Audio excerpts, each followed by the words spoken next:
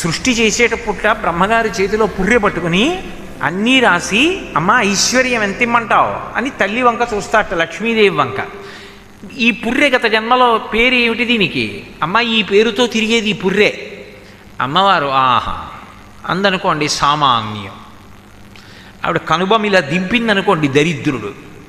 ఆవిడ ఓ అని ఇలా కనుబొమ ఎత్తిందనుకోండి యద్భ్రూభంగా ప్రమాణం, వాడా మంచి పనులు చేసిన వాడరా అందనుకోండి మహదైశ్వర్యం, వాడు పట్టింది బంగారం. ఇది ఎందుకు వచ్చింది అంటే యద్భ్రూభంగా ప్రమాణం స్థిరచర రచనా తారతమ్యే మురారే వేదాంతా తత్వచింతాంబురభిదురసి యత్పాదచిహ్నైత్తరంతి భోగోపోద్ఘాతకైలీచులికిత భగవత్వైశ్వరూప్యానుభావ సనశ్రీ అస్మృణీతాం అమృతలహరి ధీలంగనీయై అపాంగై అన్నారు. అపాంగై అంటే ఆవిడ కడగంటి చూపు అంత శక్తివంతం. చేసిన కర్మని బట్టి అమ్మవారి యొక్క కనుబొమ కదలిక ఉంటుంది. పునర్జన్మలో మనం ఏది పొందాలి అన్నదానికి చేసుకున్నటువంటి కర్మలు ఆధారమవుతాయి. ఇందులో మీరు ఒక్క విషయాన్ని గమనించాలి. పుణ్యకర్మ అన్నప్పుడు దేని చేత అది పుణ్యకర్మ? నేను ఇలా చెయ్యండి అన్నాను అనుకోండి, అది పుణ్యకర్మ అవుతుందా? నేను మీతో ఒక మాట మనవి చేశాను అనుకోండి, అయ్యా లోకంలో అనేక వృత్తుల వాళ్ళు ఉంటారు. ఏ వృత్తిలో ఉన్నవాడికైనా సరే కనులకు దృష్టి లోపించిందనుకోండి, వాడు ఆ వృత్తి ఎలా చేస్తాడు? ఓ బట్టలు కుట్టే ఆయన ఉంటాడు, ఆయనకి 2 కళ్ళు దృష్టి లోపించిందనుకోండి, ఆయన బట్ట ఎలా కుడతాడు? అప్పుడు ఆయనకి మీరు ఏదో తీసుకెళ్ళి ఆ 2 నేత్రాలకి శస్త్రచికిత్స చేయించి 2 కళ్ళు బాగా కనపడేటట్టుగా అవకాశం కల్పించారనుకోండి, ఆయన మళ్ళీ బట్టలు కుట్టుకుని చక్కగా ఆయన కుటుంబాన్ని ఆయన పోషించుకుంటాడు. ఇప్పుడు ఆయన కుటుంబాన్ని ఆయన పోషించుకోవడానికి మీరు ఆయనకు ఉపకారాన్ని చేసి పెట్టారు, పుణ్యకర్మ. ఎవరు పాటించే వృత్తి అయినా అంతేగా. నేను అయ్యా ఎవరైనా వాళ్ళ వృత్తి మీద ఆధారపడతారు. నాకు తెలిసి ఒక 25 మంది జేబు దొంగలు ఉన్నారు, వాళ్ళకి దృష్టి మందగించి సరిగా జేబులు కొట్టలేకపోతున్నారు. మీరు దయచేసి వాళ్ళకి ఉచిత శస్త్రచికిత్స చేయించండి, వాళ్ళు ఇకపైన మళ్ళీ బాగా దొంగతనాలు చేసుకుని బతుకుతారు, వాళ్ళ కుటుంబాలు పోషించుకుంటారు అన్నాను అనుకోండి. అయ్యో ఆయన చెప్పిన దాంట్లో ఏమిటి దోషం? వాళ్ళ వృత్తి వాళ్ళు చేసుకుంటారు కదా, అందుకని నేను 25 మంది దొంగలకి వాళ్ళు ఎవరో తిప్పకుండా నేను కంటి శస్త్రచికిత్స చేయించి పెడతాను అన్నారనుకోండి. ఇప్పుడు మీ ద్రవ్యం ఎందుకు పనికొచ్చింది? వాళ్ళకి 25 మందికి కళ్ళు బాగా వచ్చాక ఎన్ని వేల మంది ఏడవాలి. కాబట్టి నేను చెబితే పుణ్యం అవ్వదు, నేను చెప్పానని మీరు చేయిస్తే పుణ్యం అవుతుందా? ఏది పుణ్యం, ఏది పాపం, ఏది చెయ్యాలి, ఏది చెయ్యకూడదు ఎవరు చెప్పాలి? అది చెప్పడానికి అధికారము వ్యక్తుల యందు లేదు. అది చెప్పడానికి ఎవరు ప్రమాణం అంటే శాస్త్రం ఒక్కటే ప్రమాణం. శాస్త్రం అంటే శంసనాత్ శాసనాత్ ఇది శాస్త్ర. ఏది నిర్భయంగా మాట్లాడుతుందో దానికి శాస్త్రం అని పేరు. అదే రాజశాసనం. వేదం. వేదం ఎక్కడిది? వేదము ఈశ్వర ప్రోక్తము. ఈశ్వరుడు మాట్లాడితే వేదం. వేదం అపౌరుషేయం, దాన్ని ఎవరు రచించలేదు. భగవంతుని యొక్క వాక్కు వేదం. దానికి ఋషులు సమాధిలో వినపడితే ఆ స్వరంతో మంత్రాలు వచ్చాయి. అటువంటి వేదము చేత చెప్పబడినటువంటి కర్మ ఏది ఉన్నదో అది సత్కర్మ. నువ్వు ఇలా చెయ్యి అని వేదం చెప్పిందనుకోండి, దాన్ని పాటించాలి. అవి అనేక రకాలుగా విభాగం జరుగుతాయి. నిత్యకర్మ. ఈ నిత్యకర్మ ఎందుకు వస్తుంది అంటే ఎప్పుడూ కూడా భగవంతుడు చెప్పినట్లుగా మనం బ్రతుకుదామనేటటువంటి విశ్వాసము నిలబడడానికి హేతు అవుతుంది. ప్రతిరోజు తెల్లవారుజామున నిద్ర లేవండి, స్నానం చెయ్యండి, ఈశ్వరుడికి నమస్కారం చెయ్యండి. ఇవి నిత్యకర్మలు. సంధ్యావందనం చెయ్యండి అధికారం ఉన్నవాళ్ళు. సంధ్యావందనానికి యజ్ఞోపవీతం లేకపోతే సూర్యుడికి నమస్కారం చెయ్యండి. స్కాంద పురాణంలో చెప్పిన స్తోత్రం చదువుకోండి అని నేను అన్నాను అనుకోండి. ఇప్పుడు దీన్ని నిత్యకర్మ. ఇది ఏం చేస్తుందంటే మనస్సు ఎప్పుడూ భగవంతుడు చెప్పినట్లుగా బ్రతికేటట్టు చేస్తూ ఉంటుంది. నైమిత్తిక కర్మ ఏదో ప్రత్యేకమైన తిథులలో చేసేది. భీష్మాష్టమి వస్తే తర్పణం చేయడం, నరక చతుర్దశి వస్తే ఒక శ్లోకంలో స్నానం చేయడం, ఆ జమ్మి చెట్టు ఆ శమీ వృక్షాన్ని తీసుకొచ్చి ఆ కొమ్మ తల చుట్టూ అపమార్గ ఆ కొమ్మ తీసుకొచ్చి దాన్ని తల చుట్టూ తిప్పుకుంటారు. అదిగో అలా స్నానం చేయడం. ఏ నైమిత్తిక తిథి నాడు ఏం చెయ్యాలో ఆ కార్యాన్ని నెరవేర్చడం. ఇందులో పుణ్యకర్మ చెయ్యుట అన్న మాట నేను అనగానే అందులో 3 మాటలు ఇమిడి ఉంటాయన్న విషయాన్ని మీరు గుర్తుపెట్టుకోవాలి. పుణ్యకర్మ చెయ్యండి అని నేను అన్నాను అనుకోండి, పుణ్యకర్మ చెయ్యండి అనగానే ఇది పుణ్యకర్మ అని మీరు ముందు అంగీకరించాలి అంటే వేదము ప్రమాణము, భగవంతుడు చెప్పినది తిరుగులేదు, ఆయన ఎలా చెప్పాడో నేను అలా చెయ్యవచ్చు, ఇందులో నేను అనుమానపడక్కర్లేదు, నమ్మకం ఉండాలా ముందు. 2, అది మీరు వేదం చదివారా చదవలేదా పక్కన పెట్టండి, శాస్త్రాంతర్గతమైన విషయాన్ని గురువుగారు చెప్పారు, ఇప్పుడు గురువుగారి వాక్యం మీద మీకు నమ్మకం ఉండాలి. ఈ 2 కలిగి ఉంటే మీరు చదివారా చదవలేదా అన్నదాంతో సంబంధం ఉండదు, శ్రద్ధ కలిగిన వాడు అని పిలుస్తారు. గురువు చెప్పినది శాస్త్రము చెప్పినవి సత్యము, ఈ నమ్మకం కలిగితే వాడు అవన్నీ చదువుకున్నట్టే, శ్రద్ధ ఉన్నవాడు. అందుకే శాస్త్రస్య గురువాక్యస్య సత్యబుద్ధ్యావధారణ సా శ్రద్ధ కడితా సిద్ధి యయా వస్తూపలభ్యతే.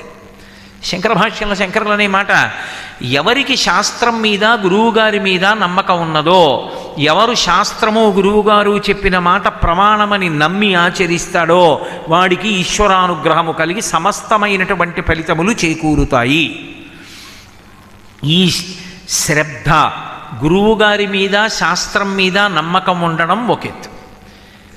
ఇంకొకటి ఉంటుంది 3వది, ఏదది? అసలు మీ మనస్సు ఆ కార్యం చేసేటప్పుడు ఆ కార్యమునందు నిలబడగలగాలి. ఇది అత్యంత క్లిష్టం. కర్మ యొక్క మొట్టమొదటి ప్రయోజనం ఇదే. ఇది మీరు చాలా జాగ్రత్తగా ఒడిసి పట్టుకోవాలి.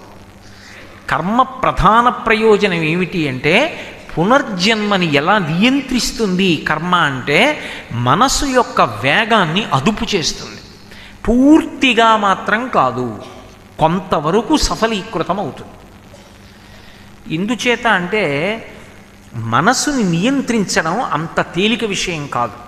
రామకృష్ణ పరమహంస ఒక ఉపమానం చెప్తుండేవారు. నేను 10 ఏళ్ల నుంచి ఓ కుక్కని పెంచుతున్నాను అనుకోండి, ఆ కుక్కకి నేను స్వేచ్ఛ ఇచ్చా. ఎంత స్వేచ్ఛ అంటే ఇది అది అని దానికి ఏం పరిమితులు లేవు. నేను ఏదో కార్యాలయం నుంచి ఇంటికి వస్తున్నాను అనుకోండి, ఆ కుక్క గబగబా వచ్చి 2 కాళ్ళు పైకెత్తి నా 2 భుజాల మీద వేసి నా గడ్డను నాకుతుంది, నా బుగ్గలు నాకుతుంది, నా మూతి నాకుతుంది. నేను ఇంటికి వచ్చి కూర్చున్నాను అనుకోండి, నా పక్కన వచ్చి కూర్చుంటుంది, అది నా మీదకి ఎక్కుతుంది, నా ఒళ్ళో కూర్చుంటుంది. 10 ఏళ్ల నుంచి నేను దానికి చనువు ఇచ్చాను. అది నేను అన్నం తింటున్నాను అనుకోండి, నా పక్కన కూర్చుంటుంది. నేను అన్నం తింటుంటే ఒక్కొక్కసారి అవసరమైతే అది నా కంచంలో మూతి కూడా పెట్టగలదు. పూజామందిరంలో కూడా వచ్చి పక్కన పడుకుంటాడు. కొంతకాలం అయిపోయింది, ఎవరో మహాత్ముడు వచ్చాడు. ఏమయ్యా, కుక్కని ద్వేషించమని ఏ శాస్త్రం చెప్పలేదు, కుక్కని ద్వేషించకూడదు, కానీ ఏ ప్రాణి ఎక్కడ ఉండాలో అక్కడ ఉండాలి. కుక్క ఇంటి లోపలికి రాకూడదు ద్వారం దాటి, ఇలా నువ్వు దాన్ని మీద ఎక్కించుకోకూడదు. నీకు ప్రేమ ఉంటే చక్కగా పాలు పోయి అన్నం పెట్టు, కానీ ఇంటికి బయట ఉండేటట్టుగా చూసుకో, తప్ప లోపలికి రాకూడదు. దానికి కొన్ని కారణాలు చెప్పారు శాస్త్రంలో, అలా ఉంచుకో అన్నాడు. ఇప్పుడు ఎవరికి అర్థమవుతుంది ఈ మాట?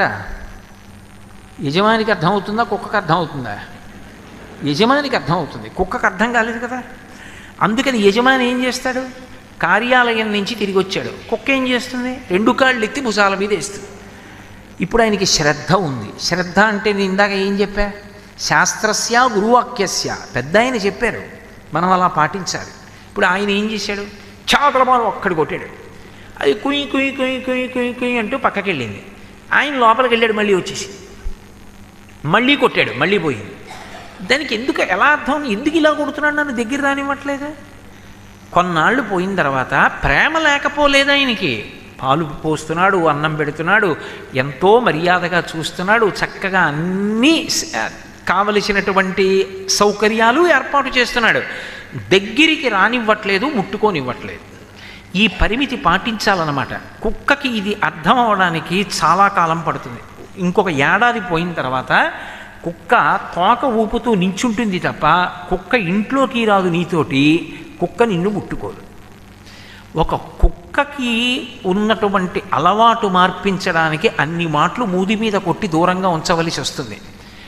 కోట్ల జన్మలుగా ఏది పడితే అది చెప్పి ఎక్కడికి పడితే అక్కడికి వెళ్ళిపోవడానికి అలవాటు పడిపోయిన మనసు ఇవాళ ఓ మాట చెప్పి నువ్వు అలా నిలబడు అంటే ఎక్కడ నిలబడుతుంది? దానికి అలవాటు అయిపోయింది, అది పోతూ ఉంటుంది. దానికి ఉన్న లక్షణం ఏమిటంటే మన ఏవ మనుష్యాణం కారణం బంధమోక్షయో. మనిషికి బంధనంలో పడిపోయినా, మోక్షం పొందినా, పునర్జన్మలో మంచి జన్మ పొందినా, గొప్ప అదృష్టాన్ని పొందినా మనస్సు వలన మాత్రమే పొందుతాడు. ఇప్పుడు ఆ మనస్సు మన మాట వింటుందా? మీరు ఒక్కటి ఆలోచించండి. నేను పూజకు కూర్చున్నాను అనుకోండి, నా కాళ్ళు చేతులు నా మాట వింటాయి. నేను పూజకు కూర్చుని ఆవాహయామి అన్నాను అనుకోండి, ఏమిటి ఆవాహయామి? నోరుని అను అంటుంది. అనవే, నీకు వచ్చుగా ఎన్నాళ్ళ నుంచి చేస్తున్నావు పూజ, మొదలెట్టు అంటుంది. ఉమామహేశ్వరాభ్యాం నమః ఆవాహయామి, ఆసనం సమర్పయామి, హస్తయో అర్ఘ్యం సమర్పయామి, పాదయో పాద్యం సమర్పయామి, ముఖే ఆచమనీయం సమర్పయామి, శుద్ధోదక స్నానం సమర్పయామి, వస్త్రం సమర్పయామి, సర్వాభరణాన్ సమర్పయామి. ఇన్నయ్యే ఉపచారాలు. అది మనస్సు అక్కడికి రావాలనుకోండి, మనస్సు నిలబడాలనుకోండి, ఆవాహయామి అంటే దాని అర్థం ఏమిటి? స్వామి వచ్చి కూర్చోండి అని. స్వామి వచ్చి కూర్చోండి అన్న తర్వాత ఎవరు చూడాలి రావడం? ఆయన కదిలి వచ్చి నిజంగా కుర్చీలో కూర్చుంటాడా? ఆయన వచ్చి కూర్చుంటే ఇంతకుముందు అక్కడ లేడు. ఇంతకుముందు అక్కడ లేకపోతే, అంతటా ఉన్నవాడు అక్కడ లేకపోతే అది అసలు ఎలా కుదురుతుంది? అంటే అది ఈ కంటికి దొరకదు. ఏ కన్ను చూడాలి దాన్ని? ఈ కన్ను చూడాలి. నేను ఆవాహయామి అని కళ్ళు మూసుకున్నాను అనుకోండి, ఆయన నడిచి వస్తూ ఉంటే, నా తల్లితో కలిసి నడిచి వస్తూ ఉంటే, స్వామి పట్టుపంచె యొక్క గసగసలు, ఆయన పాదములకు పెట్టుకున్నటువంటి మంజీరముల యొక్క ధ్వని, ఆయన పాదములలోంచి పద్మాల యొక్క సుగంధము, బలిదైత్యేంద్ర కరద్వయీకృత జల ప్రక్షాళన వ్యాప్తి కింజలజాచాక్షుడు సాచయోగి సుమనః సంప్రార్థిత శ్రీదమున్ కలితానమ్ర రమాలలాట పదవీ కస్తూరికాషాదమున్ నళినామోదము రత్ననూపురము నానావేదమున్ పాదమున్ అంటారు పోతన గారు భాగవతంలో.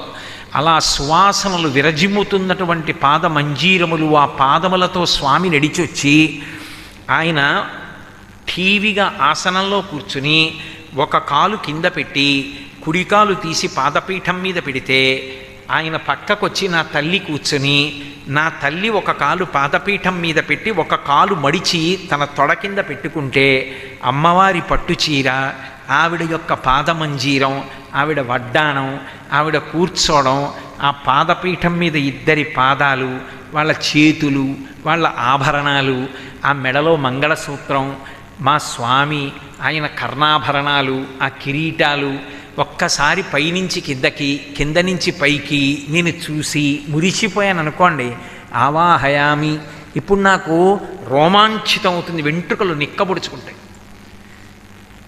యథార్థమునకు నాకు చెప్పండి, ఎవరొచ్చారు అక్కడికి? మా ఆవిడ వచ్చి చూసి ఎందుకు ఈయన ఇలా మురిసిపోతున్నాడు, ఏమిటి అలా ఉండిపోయాడు, స్తంభీభూతుడైపోయి అనుకుంది అనుకోండి, దానికి కనపడడు, నాకు కనపడుతూ ఉంటాడు.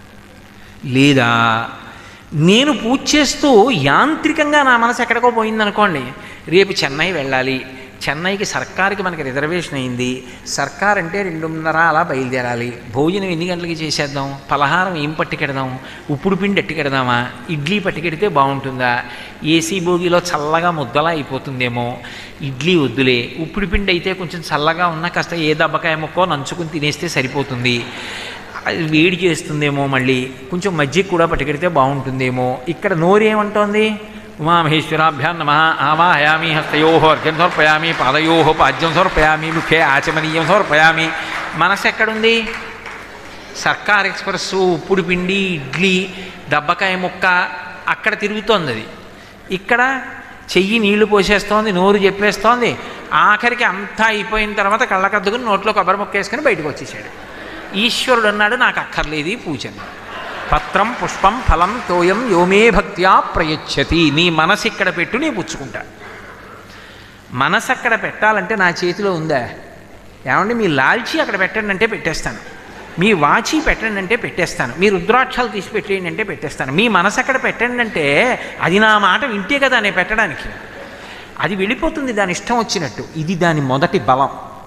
నేనేదో వెటకారానికి చెప్పట్లేదు సుమండి మాట, చాలా గంభీరమైన మాట చెప్తున్నాను, మీరు పట్టుకోవాలి. ఒకటి, మనసు మన మాట వినదు. అసలు సాధకుడు సాధన మొదలుపెట్టాడన్న మొట్టమొదటి రహస్యం ఎక్కడో తెలుసా? నా మనసు నా మాట వింటల్లేదన్న విషయాన్ని ఎవడు తెలుసుకున్నాడో వాడు పూజ చేయడం మొదలుపెట్టాడని గుర్తు. నేను పూజ చేస్తున్నానండి అని చెప్పినన్నాళ్ళు వాడి మనసు వాడి మాట వింటల్లేదని వాడికి తెలియలేదు. నా మనసు నా మాట వింటల్లేదని ఎవడు తెలుసుకున్నాడో వాడు పూజ మొదలుపెట్టాడని గుర్తు. ఇప్పుడు మనసుని నిగ్రహించు, మీకు సాధ్యం కాదు. మనసుని నిగ్రహించడానికి కర్మం తీసుకొచ్చారనుకోండి, కొంతవరకు వింటుంది కనీసం. అందుకే వ్యవధానం ఇస్తారు మధ్యలో. ఒకటే చెప్పారనుకోండి, అది వెందు పారిపోతుంది వెంటనే. అందులో నువ్వు పూజకి వెళ్ళి ధ్యానం చెయ్యి, స్వామివారు వస్తున్నారు, అబ్బా రోజు ఇదే తినేస్తున్నావు నన్ను అంటుంది. మారుస్తారు. అందుకే నేను మీ ఇంటికి వచ్చాను అనుకోండి, అంటే నేను ఏదో ఉదాహరణకు అంటున్నాను, నిజంగా వస్తానని కాదు. మీ ఇంటికి వచ్చాననుకోండి, మీకు నా మీద చాలా గౌరవం ఉందనుకోండి, మీరు ఏం చేస్తారు? మీరు ఇంట్లో కూర్చోరు కదా, కోటేశ్వరరావు వస్తారు ఇవాళ మన ఇంటికి, బయలుదేరారట విడిదిలోను అని బయటకు వచ్చి నించుంటారు కదా. నేను దిగ్గానే, నేను ఏదో కారులో వచ్చాను అనుకోండి, దిగ్గానే కుక్కపిల్ల వచ్చినట్టు ఆయనే వస్తాడని వెళ్ళిపోరు కదా. అయ్యా రండి రండి రండి రండి స్వాగతం పలుకుతారు, లోపలికి తీసుకెళ్తారు, కూర్చోండి, కాళ్ళు కడుక్కోండి, నీళ్ళు ఇస్తారు, చేతులు కడుక్కోండి, అయ్యా తుడుచుకోండి, నాకు ఉత్తరీయం లేదా, అయినా ఓ గుడ్డ పట్టుకొచ్చి అయ్యా తుడుచుకోండి అంటే కూర్చోండి. మంచినీళ్ళు గుచ్చుకుంటారా? అడుగుతారా? అడగరా? మనసుని కూడా పూజలో అలాగే తీసుకొస్తారు, మార్చి మార్చి తీసుకొస్తారు. ఎందుకని? కర్మ దేని కొరకు అంటే మనసుని నిగ్రహించడానికి ముందు సాధన అది.